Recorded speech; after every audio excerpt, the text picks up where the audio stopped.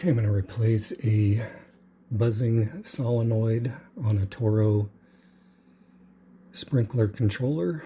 So I've already cut the wires. Now I'm going to fish them through this jumbled mess so I can work with them. Next, unscrew the solenoid.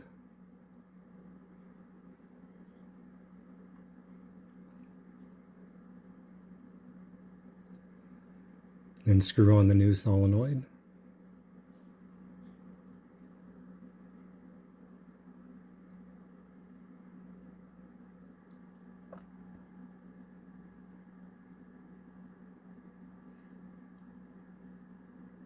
Make sure it's really snug. Then we need to strip the end of the wires using the 18 gauge setting on my strippers.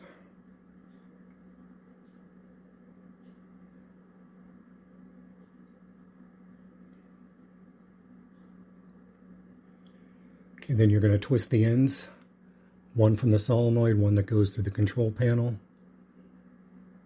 and then use a waterproof wire nut. Tighten that on there until all the metal is covered up.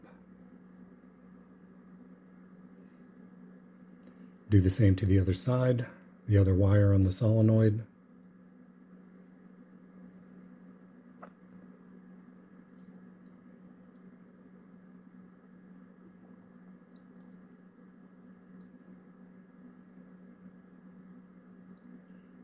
Twist them together.